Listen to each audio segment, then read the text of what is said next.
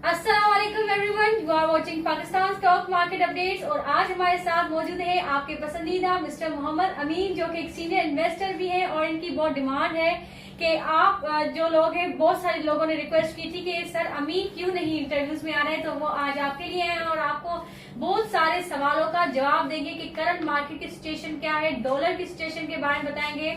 अस्सलाम वालेकुम सर, कैसे हैं आप? वालेकुम सलाम। तो अच्छा, मार्केट की बात की जाए तो आज जो मार्केट बहुत अच्छी क्लोजिंग हुई, टेक्निकल देखा जाए तो बहुत अच्छी क्लोजिंग हुई। 40,100 जो ऊपर आए जो पॉइंट, तो यहाँ से जो टेक्निकल सपोर्ट बहुत अच्छा मिल रहा है। और दूसरा ये कि जो मार्केट जो डिस्टर्ब थी वो तो अनसर्टेनिटी थी, खास करके डॉलर की वजह से। डॉलर जो बहुत ज्यादा बढ़ रहा था और हमें पेमेंटें करनी थी, हमारी ऑयल मार्केटिंग को पेमेंट करनी थी, जिन लोगों ने कंपनी ने बाइंग की थी, जैसे पीएसओ ने बाइंग की थी, पाकिस्तान रिफाइनरी ने बाइंग की थी और ओजीडीसी ने बाइंग की थी। ये बाइंग की हुई इन लोगों ने, इनके पास एशिया खुली हुई थी। अब ये कि जो इम्पोर्ट में जो डॉलर मार्केट ओपन मार्केट में मिल नहीं रहे थे, तो इन लोगों ने तकरीबन 140 या 42 में इन लोगों ने पेमेंट करके अपने जो ऑयल इंपोर्ट किया था उसको बाल को एलसी को क्लियर किया है। अब ये कि एक्सपेक्ट ये किया जा रहा है कि इनको जो लॉस आएगा वो इन्वेंट्री लॉस आएगा, क्योंकि डॉलर का जब इन लोगों ने जब बुकिंग की थी ऑयल को तो तकरीबन 200 रुपए डॉलर था। अब जब इनको क्लियर किया तो 242 हुआ था, तो 42 रुपए का हो सकता है कि इनको इन्वेंट्री लॉस आए कंपनियों को। सर आपने अभी डॉलर की बात की तो आपको याद होगा कि आपने ही इस इंटरव्यू में बोला और बहुत सारे इन्वेस्टर्स भी शायद है कि आपने बोला था कि जैसे ही न्यू हुकूमत आएगी, मतलब नून लीग की हुकूमत आएगी तो डॉलर 150 हो जाएगा, क्योंकि इमरान खान के वक्त में डॉलर का रेट था 178, लेकिन ये तो बिल्कुल उल्टा हो गया। आपकी ऐसी क्या अजम्पशन थी कि आपने कहा कि डॉलर 150 होगा और ये हुकूमत आई है तो महंगाई भी इंक्रीज हो गई, पेट्रोल की प्राइस इंक्रीज हो गई, गैस की प्राइसेस इंक्रीज हो गई, इलेक्ट्रिसिटी की प्राइस इंक्रीज हो गई, डॉलर इतना बढ़ गया, मार्केट ही बेचारी टूट गई। उसके अलावा देखा जाए तो इतनी सारी जो है हमारे कंट्री में इन्फ्लेशन है, ये भी कहा जा रहा है कि हमारा कंट्री इन फ्यूचर डिफॉल्ट में चला जाएगा और डॉलर का रेट भी इतना ज्यादा इंक्रीज हो गया 230 रेट। तो आपका इसके बारे में क्या कहना है कि आपने जो कहा था वो नहीं हुआ, तो आपके इसके बारे में क्या व्यूज है? देखिए, जो मैंने आपको कहा था कि डॉलर 160 हो जाएगा और उस वक्त का जो सिनेरियो यही बता रहा था, मगर इसके बाद ये हुआ कि जो अनसर्टेनिटी या मतलब ये किस्म की बदकिस्मती हुई कि जो क्रूड ऑयल की कीमत थी उस वक्त $90 थी और इसके बाद ये 125 तक चली गई। हमारा जो इम्पोर्ट बिल बढ़ गया क्रूड ऑयल की वजह से, बल्कि पूरी दुनिया के अंदर आप देखें महंगाई और ज्यादा बढ़ गई। अगर क्रूड ऑयल अगर डाउन हो जाता, जैसे रशिया ने यूक्रेन पे हमला किया था तो ये कह रहे थे कि 15 दिन में हम इसको जंग को क्लियर कर देंगे, मगर आज तक जंग क्लियर नहीं हुई। आज तक जंग वो क्लियर नहीं हुई। रशिया यूक्रेन की जंग चल रही जिसमें सिर्फ क्रूड ऑयल डिस्टर्ब नहीं हुआ, पाम ऑयल डिस्टर्ब हुआ, बहुत सारी चीजें जो अजनास है, वीट है, जो यूक्रेन वगैरह पे इंपोर्ट करते थे हम, पाम ऑयल करते थे, ये सब चीजें सब महंगी हो गई। अगर इनकी जंग खत्म हो जाती तो सारी सिचुएशन सही हो जाती। अब सर अगर जंग की बात है तो जंग तो अभी तक चल रही है, ठीक है, और पेट्रोल की प्राइसेस में देखा जाए तो क्रूड ऑयल हो गया या ब्रेंट ऑयल हो गया तो इसकी प्राइस 95 तक, आज तो 96 थी क्रूड ऑयल की रेट का जो रेट है, लेकिन डॉलर देखा जाए तो इतना ज्यादा इंक्रीज हो गया है। तो ये तो मतलब बिल्कुल अलग ही बात है कि उस वक्त भी अगर पहले का देखा जाए तो जो क्रूड ऑयल का रेट था वो वही था 98 और 90 था, और उसके अलावा उस वक्त डॉलर का रेट 178 था और अभी भी जो क्रूड ऑयल की प्राइस सेम है लेकिन डॉलर का रेट इतना ज्यादा। देखिए, यही बात है कि जो क्रूड ऑयल 125 तक गया था तो हमारे पास जो डॉलर के रिजर्व थे वो खत्म हो गए, वो कम हो गए, क्योंकि हमें एक चीज महंगी खरीदनी पड़ी। और इसके अलावा जो हमारी जो IMF की जो लोन आने वाली थी वो भी नहीं आई।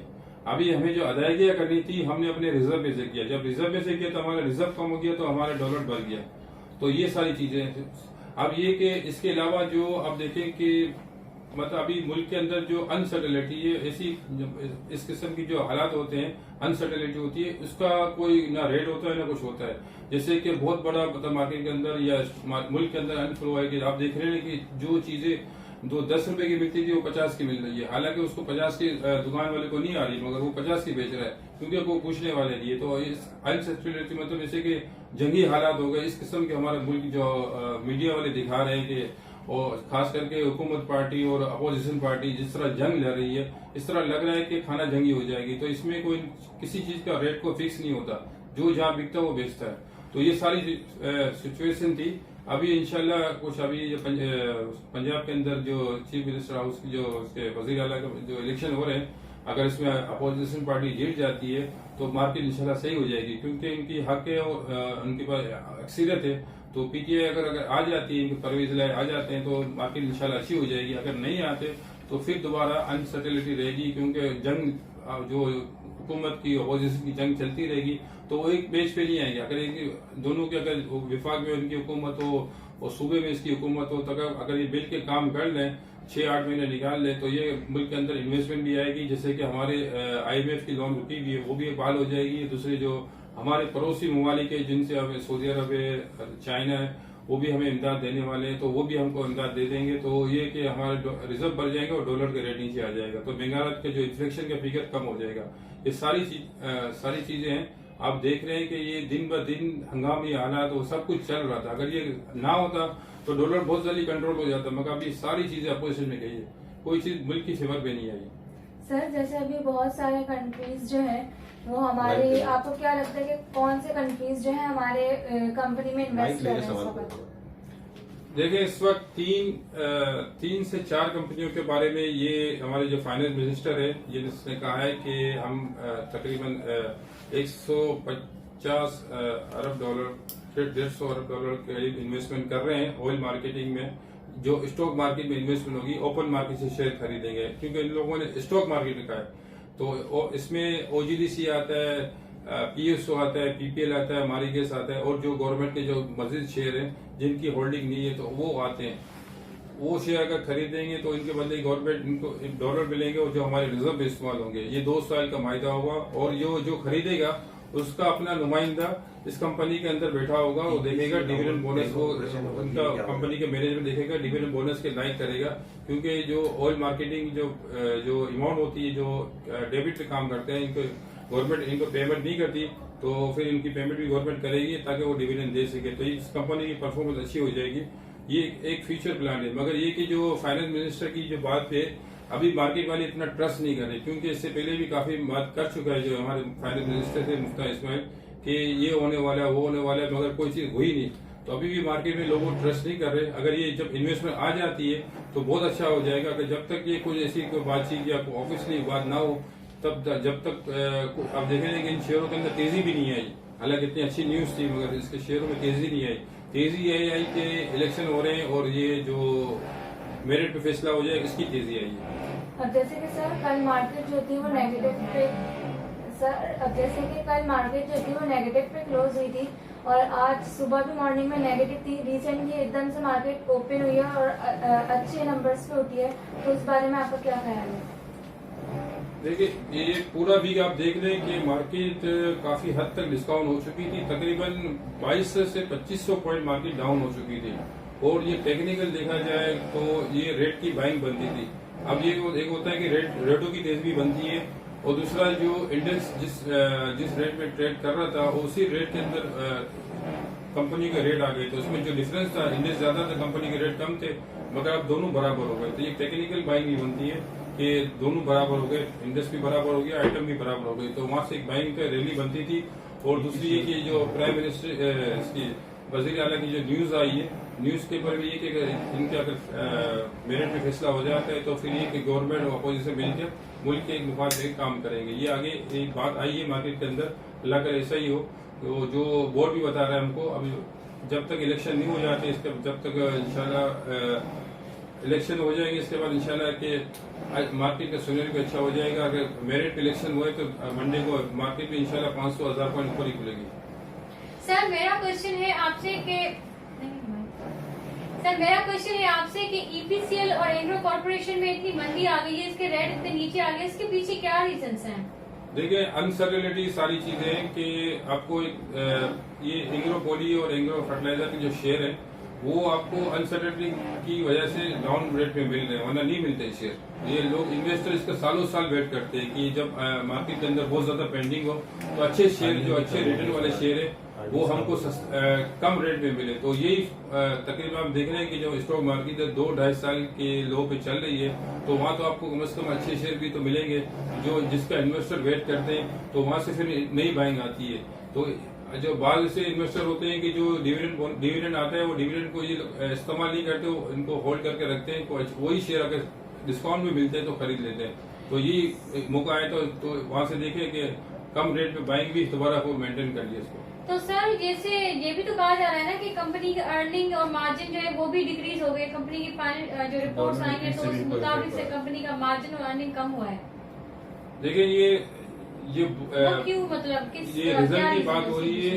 रिजल्ट में तो खैर अभी काफी हद तक फर्क पड़ जाएगा, मगर ये कि अब रिजल्ट में दूसरी है कि लोकल मार्केट में कीमत भी बढ़ी है तो उसका इफेक्ट वहाँ चले जाता है। जैसे कि आप ये इसका कह रहे हो कि सुपर टैक्स लगा है और दूसरा कि इंटरेस्ट रेट ज्यादा बढ़ गया है और कॉस्ट बढ़ गई, बिजली की कीमत ज्यादा बढ़ गई, ये सारी चीजें हैं। मगर इसलिए वो ओपन मार्केट में जो लोकल मार्केट के अंदर भी तो हर चीज के रेट बढ़ गए, डबल हो गए, तो इनको इतना फर्क नहीं पड़ेगा। हाँ, सेल पे फर्क पड़ जाता है, मगर ये कि जो फर्टिलाइजर उनकी डिमांड कम नहीं हुई, खाने पीने की आइटम की डिमांड कम नहीं हुई, तो ये इनको इतना ज्यादा फर्क नहीं पड़ेगा। आज जो लग्जरी आइटम है उसमें फर्क पड़ सकता है कि लोगों की परचेज की ताकत कम हो गई।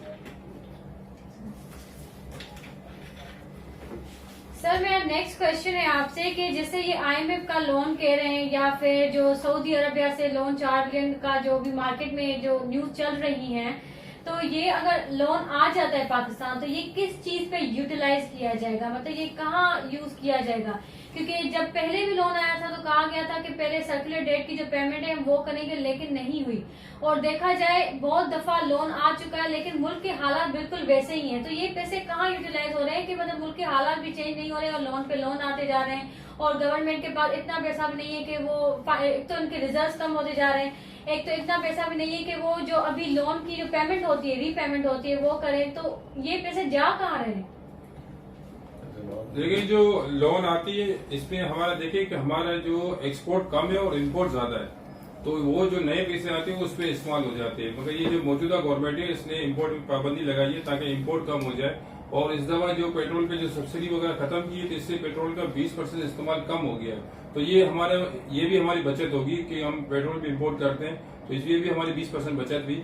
और जो इनकी सब्सिडी की खत्म हुई, सब्सिडी की जो अमाउंट आई है वो ये पावर सेक्टर को सर्कुलर डेट में पेमेंट की गई, जिनसे इनकी पेमेंट बाकी थी, जिनके आउटस्टैंडिंग थे उनको पेमेंट की गई।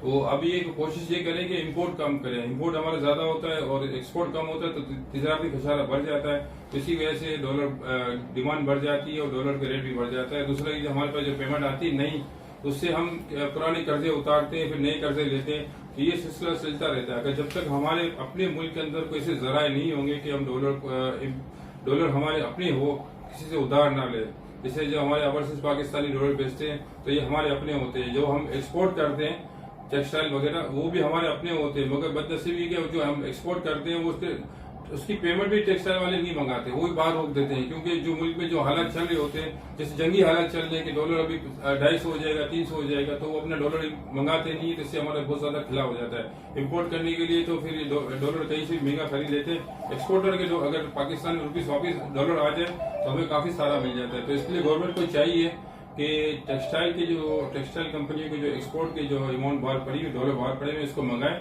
उनको फैसिलिटी दें ताकि वो डॉलर मंगाए, ताकि हमारे रिजर्व बढ़ जाए। बाजार में कर्जा लेने के बजाय हम अपनी जो उसमें जो हमारे सरमाया उसी से हम अपने रिजर्व बढ़ाएं। तो फिर अगर रिजर्व हमारे बढ़ जाएंगे तो फिर इस किस्म की सिचुएशन नहीं होगी कि हमें फिर दोबारा लोन लेनी पड़े। हमारे रिजर्व बढ़ते जाएंगे तो इससे कि हमारा डॉलर के लोगों के दिल में डॉलर की मोहब्बत खत्म हो जाएगी। डॉलर सेल करेंगे तो और पाक रुपीज खरीदेंगे या पाकिस्तानी चीजें खरीदेंगे तो हमारा अपना सर्कुलर भी चलेगा। उसके अलावा सर अभी आपके मतलब क्या व्यूज हैं मार्केट के बारे में कि फ्यूचर में क्या होगी डॉलर का रेट? अभी देखिए जैसे मिफ्ता इस्माइल ने कहा था कल कि वो न्यू गवर्नर जो है स्टेट बैंक ऑफ पाकिस्तान में अपॉइंट करें, तो उससे पहले ये न्यूज आई थी कि जब बोर्ड ऑफ डायरेक्टर मीटिंग होती है कि ये जो रिजर्व्स इतने कम होते जा रहे हैं, डॉलर का रेट इंक्रीज होता जा रहा है, तो उसको कंट्रोल करने के लिए कम से कम 5 board of director state bank of Pakistan में हो और गवर्नर हो, उसके बाद ही जो है ना इस पर कुछ इम्प्लीमेंट किया जाएगा और डॉलर की जो तेजी है उसको रोका जाएगा। तो अभी न्यू गवर्नर आ जाते हैं तो उसके बाद आप क्या चेंजेस देते हैं डॉलर में भी और मार्केट में भी?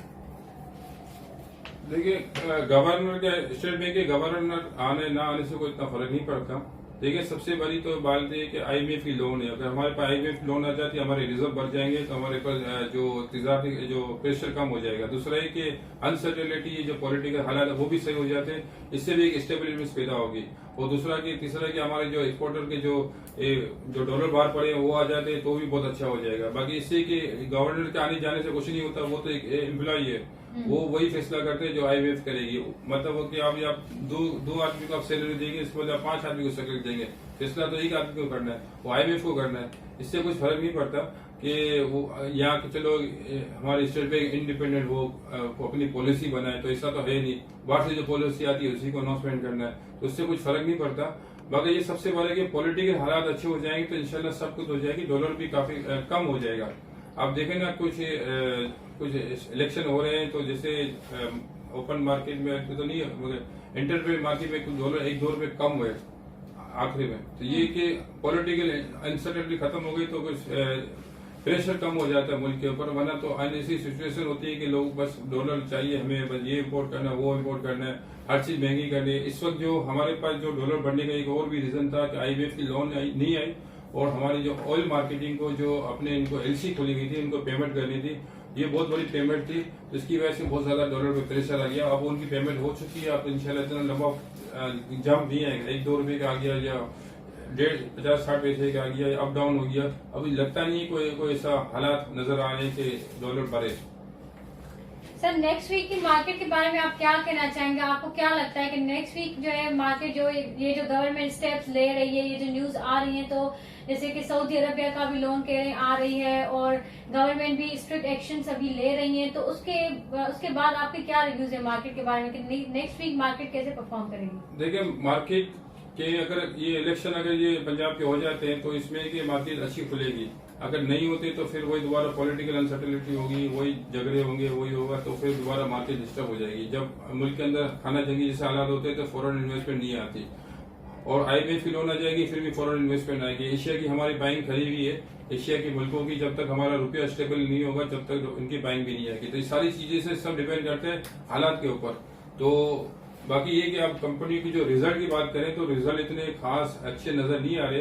तो ये साल तो कंपनियों के हिसाब से और जो सुपर टैक्स लगा है वो 1 टाइम है, वो देना पड़ेगा। तो इसके हिसाब मतलब हर कंपनी को फर्क पड़ेगा, इनके अर्निंग पे फर्क पड़ेगा। ये साल की तो मार्केट थोड़ा डिस्टर्ब है, तो ज्यादा मतलब तेजी नजर नहीं आ रही। हो सकता है अगले साल अच्छे हालात हो जाए 2023 के अंदर, तो कुछ मार्केट को बेहतर नजर आ जाए। मगर इस वक्त इस साल के अंदर मार्केट के अंदर आप ट्रेड करें, प्रॉफिट के साथ काम करें। अगर प्रॉफिट नहीं होता लॉस करके निकल जाए, ज्यादा लंबे लॉस में ना खड़े हो, यही मार्केट है इस वक्त। Thank you sir, thank you so much for your valuable time. और एवरीवन, अगर आपको ये वीडियो अच्छी लगी तो प्लीज इस वीडियो को लाइक करें, चैनल को सब्सक्राइब करें और इस वीडियो को शेयर करना ना भूलें। और ऐसी मजीद और वीडियोस देखने के लिए हमारे चैनल का बेल आइकन को क्लिक कर लें। Thank you everyone.